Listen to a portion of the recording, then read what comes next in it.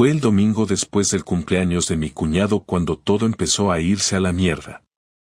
Literalmente, el momento exacto fue a las 8:42 de la mañana, cuando abrí el maletero del coche para sacar las bolsas de la compra y vi algo que no debía estar ahí, unas bragas de encaje negras, arrugadas junto al botiquín y una botella vacía de vino blanco. Mi mujer, Clara, estaba en la cocina, preparando café como si no hubiera pasado nada. Llevábamos 8 días usando ese coche los dos, pero solo ella había conducido el sábado por la tarde. Se había ido a ver a su amiga Inés, según dijo. 1 hora de ida, 1 de vuelta. Nunca dudé de eso. ¿Por qué lo haría?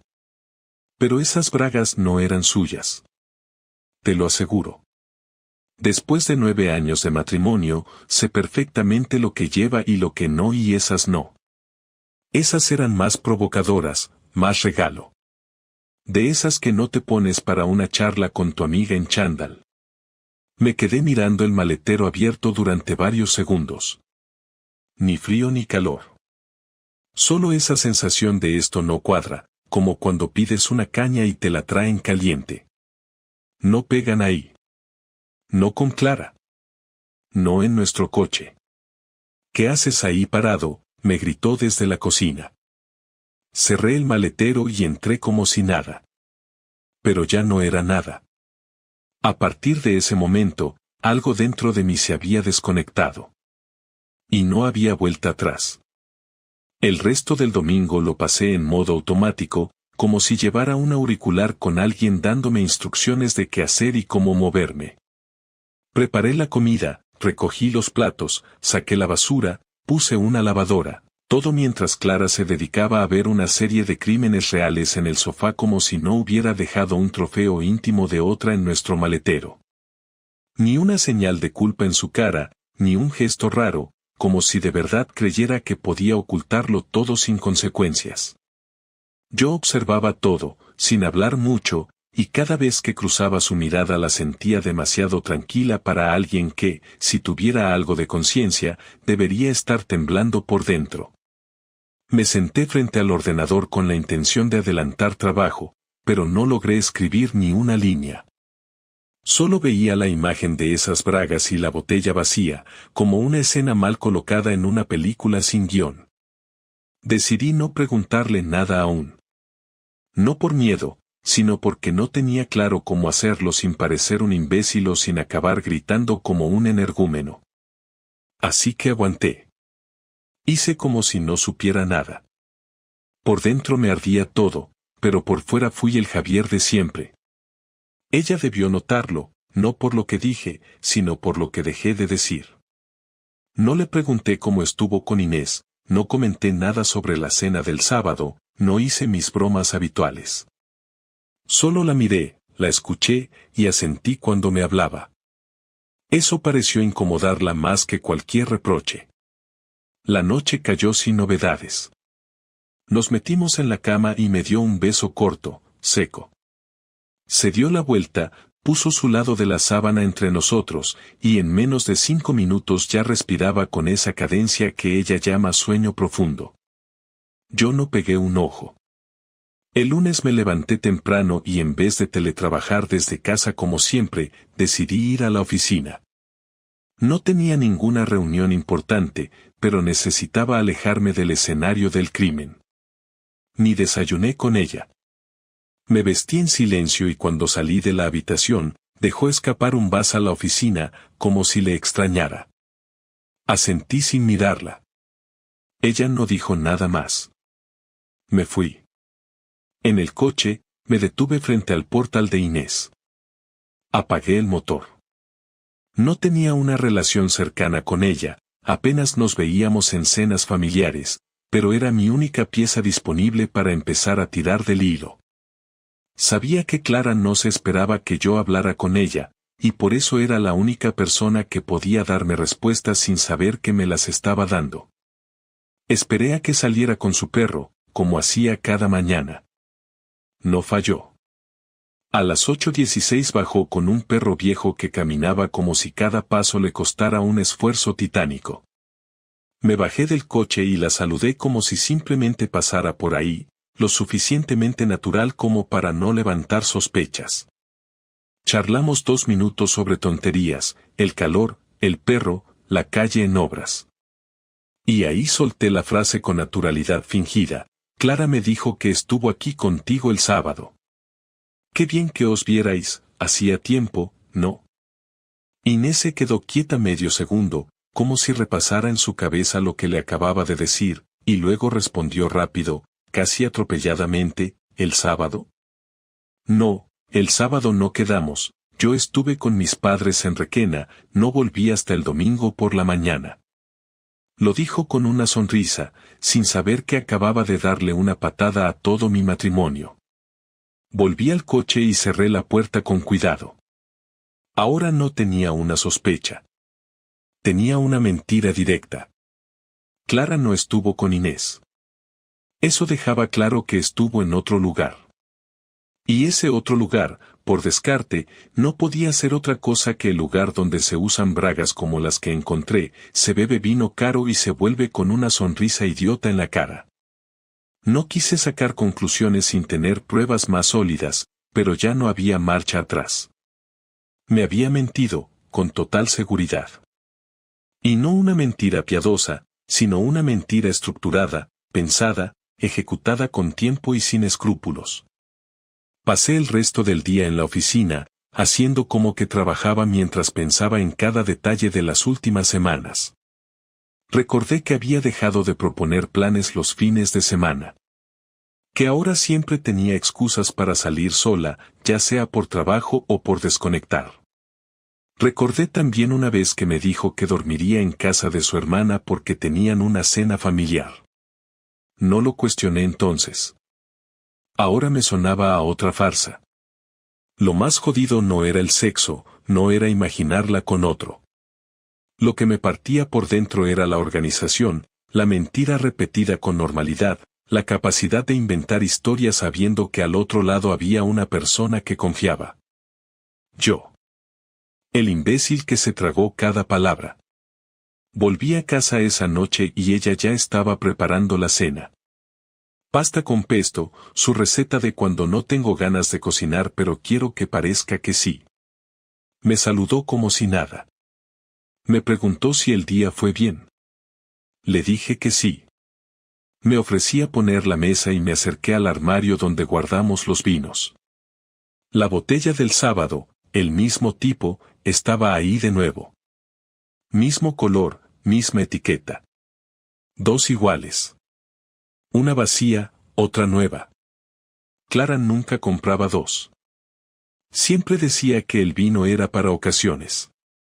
Así que ahora sí, tenía otra prueba más. Compró 2 botellas iguales. Una se fue con ella el sábado. La otra estaba esperando ser abierta.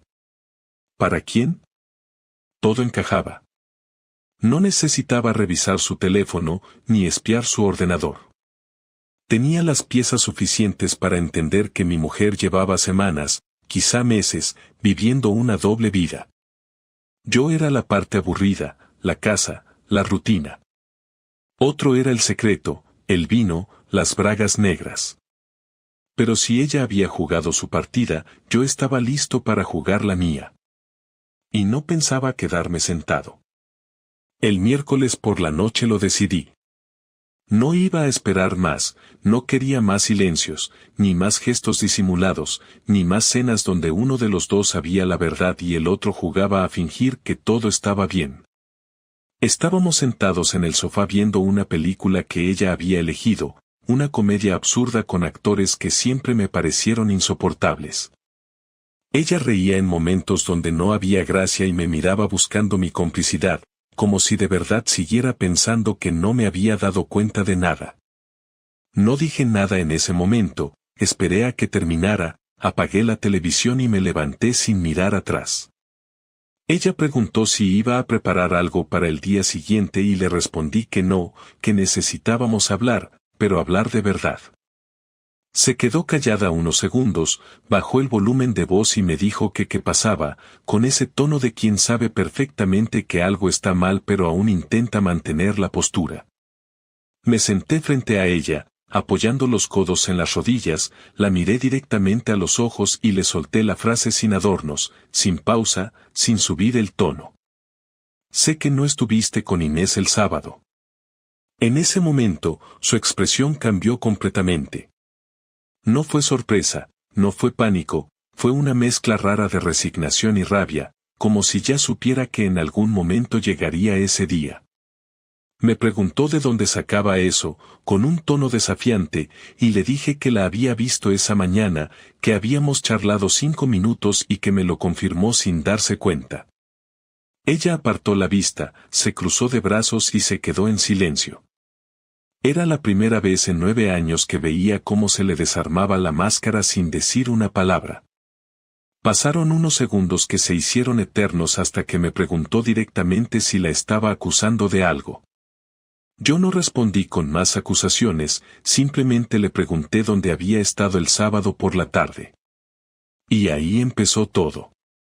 Me dijo que sí, que no había ido a casa de Inés, que me mintió, pero que no fue con nadie. Que solo necesitaba estar sola. Que se sentía agobiada, confundida, que nuestra relación estaba estancada. Me soltó una lista de frases vacías como si las hubiera preparado de antemano, como si hubiera ensayado ese guión frente al espejo.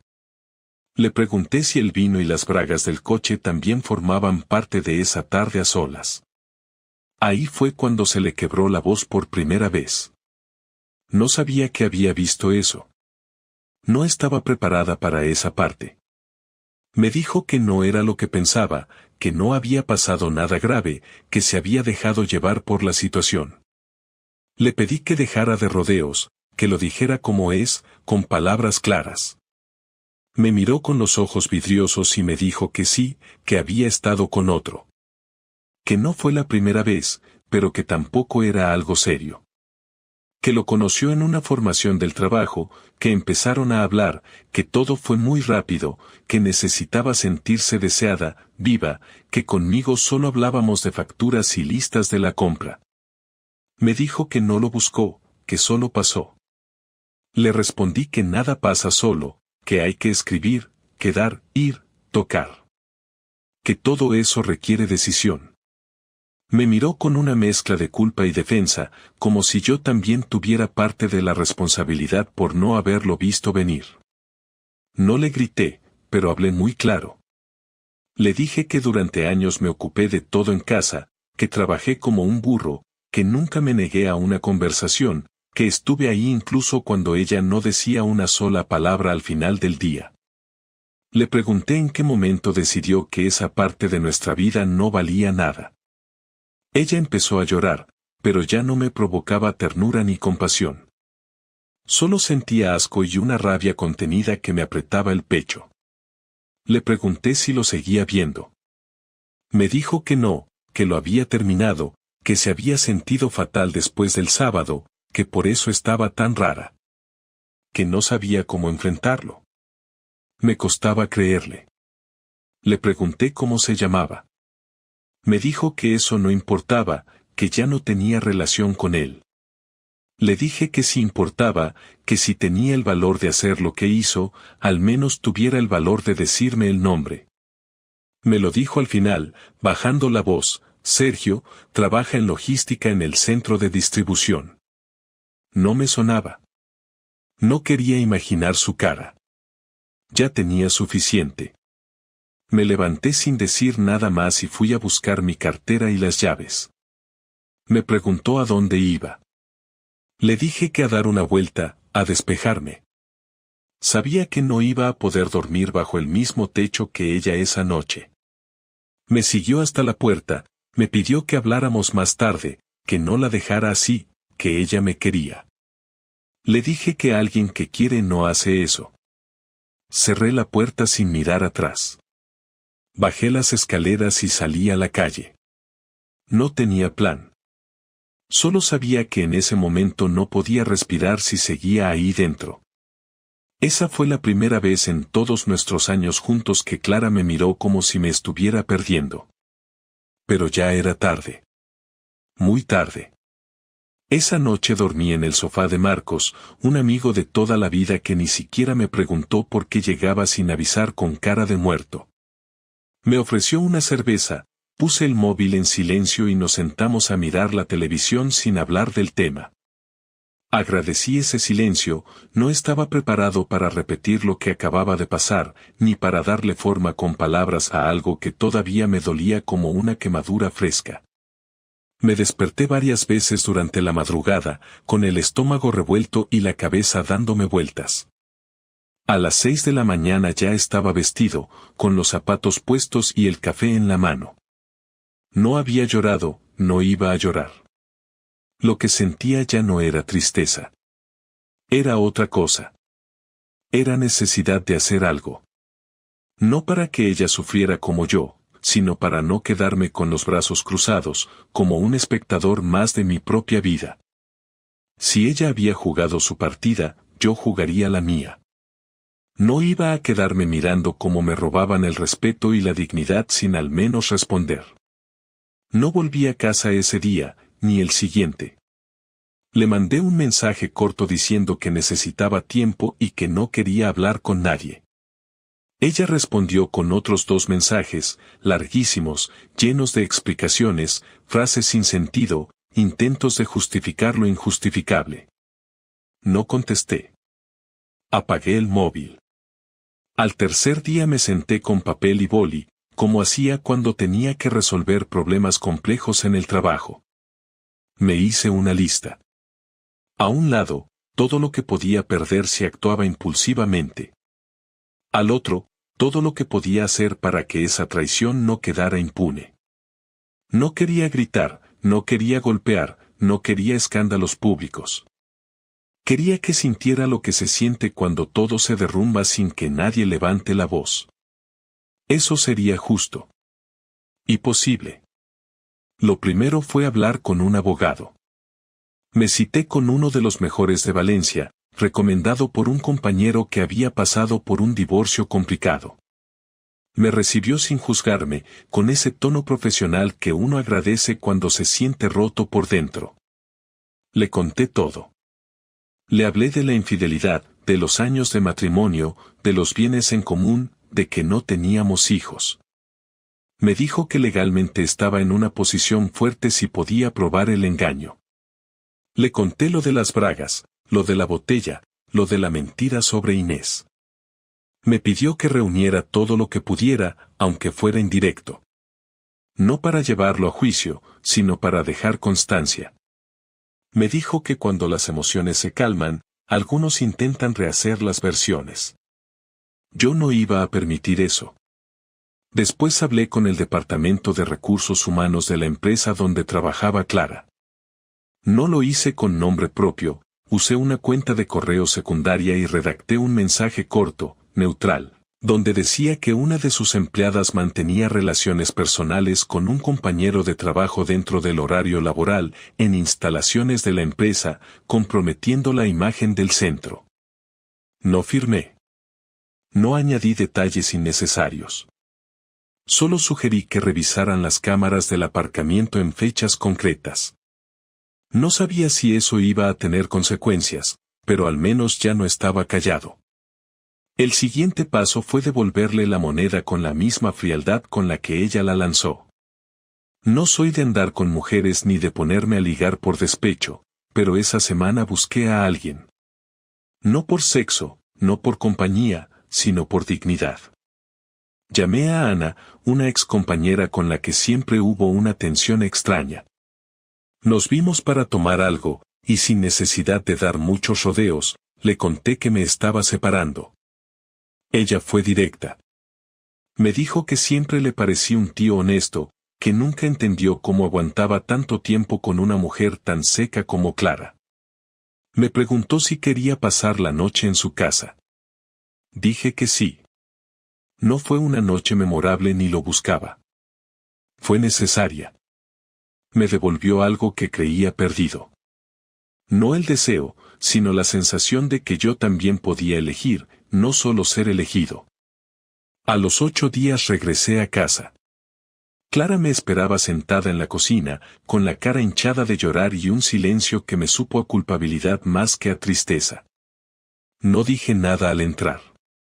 Fui directo a nuestra habitación, metí parte de mi ropa en una maleta y volví a salir. Ella me siguió con los ojos, sin atreverse a hablar. Al pasar por el pasillo, me detuve y le dije que ya había hablado con un abogado, que quería iniciar el divorcio, que había borrado todas sus fotos de mi móvil y que esperaba que me facilitara las cosas. Se levantó de golpe, me preguntó si de verdad era definitivo. Le respondí que no podía vivir con alguien que había mentido tan bien durante tanto tiempo. No era por la infidelidad física, era por la planificación, por la forma en que me convirtió en espectador de mi propia vida mientras ella vivía otra escondida. Ella intentó acercarse, hablar, buscar algún resquicio para una conversación. No se lo permití. Le dije que no había diálogo posible. Que esto no se arreglaba con un perdón, ni con cenas, ni con terapia. Que cada gesto de ella desde ese día me iba a parecer falso. Y que no pensaba vivir con esa sospecha permanente. Me fui, cerrando la puerta despacio, como si lo que dejaba atrás ya no fuera mi casa, sino un piso cualquiera, una estructura sin valor. En la calle respiré hondo. Por primera vez en muchos días sentí algo parecido a alivio. No era felicidad, no era tranquilidad. Pero ya no era miedo. Y eso, en ese momento, era suficiente. Habían pasado 2 semanas desde que me fui de casa y no habíamos cruzado ni una palabra. Ningún mensaje, ninguna llamada. Clara había respetado mi silencio, quizá porque sabía que no tenía argumentos para defenderse, o porque entendía que cualquier intento de contacto solo serviría para hacerme sentir peor. Yo seguía en casa de Marcos, que había terminado por cederme su habitación de invitados como si supiera que aquello iba para largo. Me levantaba temprano, trabajaba desde allí, salía por las tardes a caminar sin rumbo fijo, y cada noche me costaba dormir un poco menos que la anterior. Había dejado de sentir rabia, y lo que ocupaba ahora el espacio dentro de mí era un tipo de vacío que no dolía, pero tampoco dejaba respirar bien. A veces me encontraba buscando explicaciones que nunca llegarían, repasando escenas de los últimos años como si pudiera detectar el momento exacto en que todo empezó a joderse. Y un día me di cuenta de que no tenía sentido seguir así. No necesitaba respuestas. Solo necesitaba cerrar el capítulo. Hablar con ella una última vez, no para arreglar nada, sino para dejarlo todo en su sitio y seguir adelante sin fantasmas. Le mandé un mensaje corto. Le dije que podíamos vernos el sábado por la tarde para hablar, que no quería discutir ni reproches, solo una conversación. Me respondió en menos de 5 minutos. Aceptó sin condiciones. Quedamos en la terraza de un bar cerca de casa, uno al que solíamos ir cuando aún hacíamos planes juntos. El sábado llegó y yo ya tenía claro lo que quería decir. No había improvisación, no habría espacio para dejar la puerta entreabierta. Quería que fuera claro, seco, definitivo. Llegué 10 minutos antes. Ella llegó puntual, vestida con esa camisa blanca que siempre usaba cuando quería parecer más calmada de lo que estaba. Nos saludamos con un gesto de cabeza y nos sentamos. Pidió un café, yo un té. Ninguno tocó la bebida durante los primeros minutos. El silencio no fue incómodo, fue funcional. Era como si los dos necesitáramos ese tiempo para medir el terreno antes de empezar. Fui yo quien habló primero. Le dije que estaba mejor, que ya no sentía ese nudo constante en el pecho, que necesitaba hablar con ella no para entenderla, sino para cerrar esto de una vez. Ella sintió, bajó la mirada y dijo que lo comprendía. Me miró con una mezcla de cansancio y resignación, como si ya no esperara ningún perdón, ni siquiera compasión. Le pregunté si todavía veía al tipo ese. Me dijo que no, que fue algo puntual, que terminó todo justo después de aquella noche. No le creí del todo, pero tampoco importaba ya.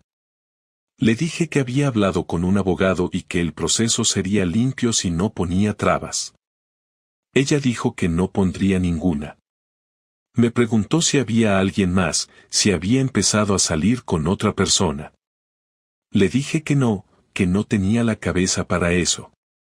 Asintió, como si le aliviara saberlo o como si se sintiera menos culpable al escuchar mi respuesta. Después de ese intercambio breve, hubo una pausa larga. Ella fue la que la rompió. Me dijo que no sabía en qué momento había empezado a sentirse vacía, que no lo hizo por venganza ni por aburrimiento, que simplemente un día se dio cuenta de que ya no esperaba nada de mí. Le dije que yo tampoco esperaba nada de ella los últimos años, pero que no se me ocurrió irme a buscar a otra persona. Me respondió que no lo justificaba, pero que necesitaba sentirse viva, deseada, vista. Le pregunté si pensaba que yo me sentía visto, o vivo, o deseado. Me dijo que probablemente no, y que en eso también falló. Admitió que no tenía excusas, que había destruido algo que nos costó años construir, y que entendía que yo no quisiera volver a mirarla como antes. Le pregunté si alguna vez pensó en decirme la verdad antes de que yo la descubriera. Se quedó callada. Después dijo que no, que nunca pensó que sería capaz de hacerlo, que prefería seguir engañando antes que enfrentar las consecuencias. Eso fue lo único que me dolió de verdad en esa conversación. Que el miedo a perder la comodidad hubiera sido más fuerte que el respeto hacia mí. Le dije que eso era lo que más difícil me resultaba perdonar, que el engaño no era solo físico, que me había convertido en un extra en mi propia relación. Me pidió perdón, no con lágrimas ni promesas, sino con un tono bajo y plano, como quien pide disculpas por haber roto algo que ya no se puede reparar. Le dije que no iba a hacerle la vida imposible, que quería que el proceso fuera limpio, sin pelear por objetos ni por dinero. Que me llevaría lo justo y que esperaba que ella hiciera lo mismo. Acordamos vender el piso y repartir lo que quedara. Ella dijo que se quedaría con algunas cosas que no significaban nada para mí. No puse objeciones. Me preguntó si podía escribirme de vez en cuando, aunque fuera para saber cómo estaba. Le dije que prefería que no. Que necesitaba cerrar todo para no estar tentado de mirar atrás. Me dio las gracias por haber accedido a hablar. Le respondí que lo hacía por mí, no por ella. Y que, aunque ya no le guardaba odio, tampoco le guardaba afecto. Nos despedimos sin contacto físico, sin abrazos ni besos. Solo un gesto leve con la cabeza. Ella se fue primero. Yo me quedé 5 minutos más, mirando la mesa vacía.